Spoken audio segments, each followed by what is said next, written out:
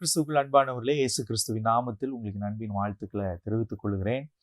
இயேசு கிறிஸ்து நமக்கு கற்றுக் கொடுத்த அந்த பரமண்டலங்களில் இருக்கிற ஜெபத்தை நம்ம தொடர்ந்து தியானித்து கொண்டிருக்கிறோம். இந்த 40 நாள் ஜெப தியான அந்த விசேஷித்த தொகுப்புல நேற்று ஆண்டவருடைய சித்தம் செய்யப்படுவதாக அப்படின்னு சொல்லிட்டு ஜெபம் பண்ணோம். இன்றைக்கு நாம் தொடர்ந்து அதனுடைய அதனுடைய தொடர்ச்சியை நம்ம பார்க்க போகிறோம், தியானிக்க போகிறோம், ஜெபிக்க போகிறோம்.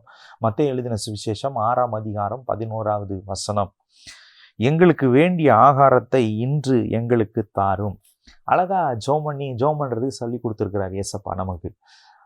எங்களுக்கு வேண்டிய ஆகாரத்தை இன்று எங்களுக்கு தாரும் என்று சொல்லி அவர் நமக்கு வேண்டியது இன்னது என்று அறிந்திருக்கிறார். தெரியுமா? நமக்கு தேவை இன்னது என்று சொல்லி அவர் அறிந்திருக்கிற தேவனாக இருக்கிறார்.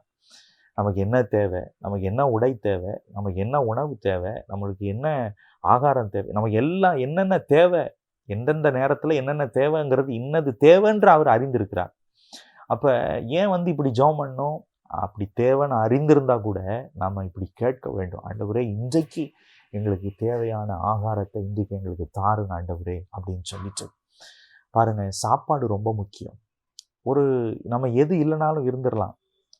வேலை இல்லாமல், நல்ல வசதி இல்லாமல், வீடு இல்லாமல் அப்படி இருந்துடலாம். ஆனால் சாப்பாடு இல்லாமல் இருக்க முடியாது.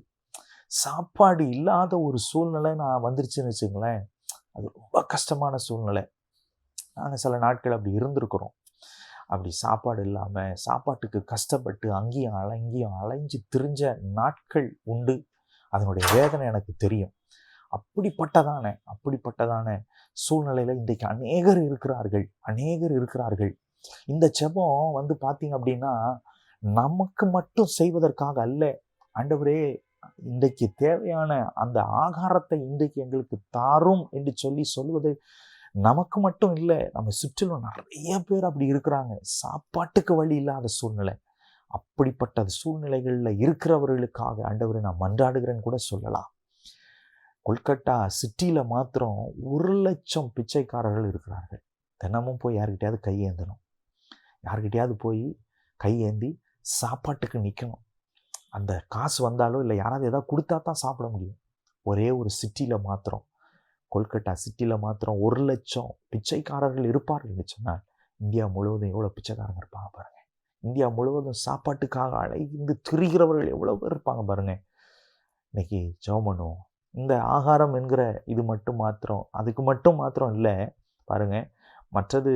மற்ற காரியம் ஆண்டவரே, இன்றைக்கு எனக்கு என்ன தேவையோ அதை நீர் ஆண்டவரே கொடுங்கன்னு சொல்லி கேட்பதற்கும் இது ஒரு அடையாளமாக இருக்கும். இந்த ஜெபம் யூஸ் பண்ணலாம் அதுக்கும் கூட. ஆண்டவரே, எனக்கு இந்த தேவை, இன்றைக்கு என்ன தேவையோ அதை கொடுங்க ஆண்டவரே அப்படின்னு சொல்லிட்டு. எண்ணத்தை உண்போம், எண்ணத்தை குடிப்போம், எண்ணத்தை உடுப்போம் என்று கவலைப்படாதீர்கள்னு சொல்லியிருக்கிறாரு. அதை குறித்து கவலைப்படக்கூடாதே தவிர, ஆனால் பாருங்கள், இந்த மாதிரி கேட்கலாம் ஆண்டவர்கிட்ட. ஆண்டவரே, இன்றைக்கு எங்களுக்கு தேவையானதை இன்றைக்கு எங்களுக்கு தாருன்னு சொல்லி ஜெபிப்போமா. நல்ல தகப்பனே, ஆண்டவரே, நாங்கள் உண்மை நோக்கி கேட்குறோம்ப்பா. இன்றைக்கு எங்களுக்கு தேவையான ஆகாரத்தை எங்களுக்கு தாரும். இல்லாதவர்களை கூட நீ நினைத்தொள் தாழ்த்தி ஒப்பு கொடுக்குறோம்ப்பா. கர்த்தர் பெரிய காரியம் இயேசுவின் நாமத்தில் ஜெபிக்கிறோம் பரலோக நல்ல பிதாவே. ஆமென். கர்த்தர் நல்லவர். உங்களை ஆசீர்வதிப்பார். தேங்க்யூ. God bless you.